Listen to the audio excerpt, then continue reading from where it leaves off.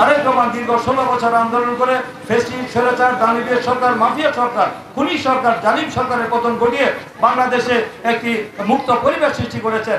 এই 5ই আগস্টের পরে আমাদের যে বাংলাদেশ আজকে মুক্ত পরিবেশে আজকে বক্তব্য দেখার সুযোগ পেয়েছি, ওদিকে আমরা মামলা হামলা গুম খুন অন্যায় অত্যাচার নিপীড়ন নির্যাতন গুম খুন আমার বিরুদ্ধে 100 মামলা ছিল, দীর্ঘ 2.5 বছর কারাগারে ছিলাম। এই সরকারের আমলে কোনো মানুষ শান্তিতে থাকতে পারে নাই। তারা লুটপাট করে তারা দেশের সমস্ত সম্পদ বিদেশে পাচার করেছে। তারা আঙ্গুর ফুলে কলা গাছ হয় না, আঙ্গুর ফুলে বট গাছ হয়েছে। তারা পুকুর চুরি করে নাই, তারা সাগর চুরি করেছে। 30 লক্ষ কোটি টাকা বিদেশে পাচার করেছে। এই দেশের গরিব আরো গরিব হয়েছে, ধনী আরো দরিদ্র আরো ধনী হয়েছে। ধনী দরিদ্রের বৈষম্য বাড়িয়েছিল। তাই আজকে এই দেশে আর যেন কোনো স্বৈরাচার কোনো ফ্যাসিস্ট সরকার দানবীয় সরকার মাফিয়া সরকার যেন ক্ষমতা আসতে না পারে, তার জন্য আমরা এই দেশে একটি গণতান্ত্রিক সরকার প্রতিষ্ঠা হবে।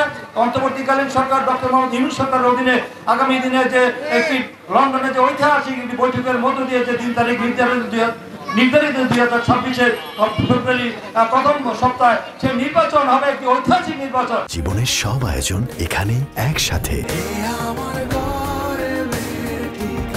অবাধ সুষ্ঠু গ্রহণযোগ্য ইনক্লুসিভ ক্রেডিবিলিটি ইলেকশনের মধ্য দিয়ে বাংলাদেশের মানুষের মৌলিক অধিকার প্রতিষ্ঠা হবে, ভোটের অধিকার প্রতিষ্ঠা হবে। দীর্ঘ 16 বছর আপনারা ভোট দিতে পারেন নাই, আপনাদের পছন্দের প্রার্থীকে ভোট দিয়ে আপনারা রাষ্ট্রীয় ক্ষমতায় পাঠাবেন। আমাদের নেতা জনাব তারেক রহমান সাহেব আমাদেরকে বলেছেন যে আইন নিজের হাতে তুলে নেবেন না, আমরা নিজের হাতে আইন তুলে নেই নাই।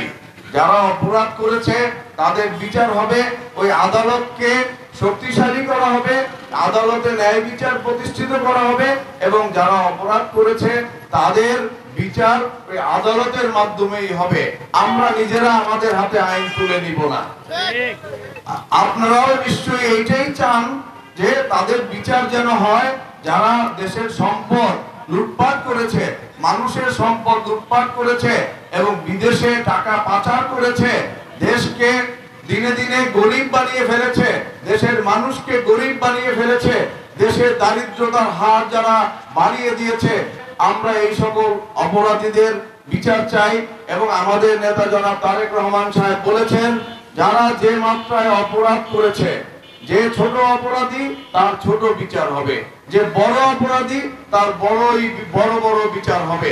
যারা মানুষ হত্যা করেছে, যারা এই যে গত 24 জুলাই আগস্ট বিপ্লবের সময় সাধারণ মানুষকে হত্যা করেছে, নির্বিচারে হত্যা করেছে, আপনারা দেখেছেন যে মাত্র 20 দিনের আন্দোলন চলাকালে তারা 1.5 থেকে 2,000 সাধারণ জনগণকে এবং বিএনপির নেতা কর্মীদেরকে হত্যা করেছে।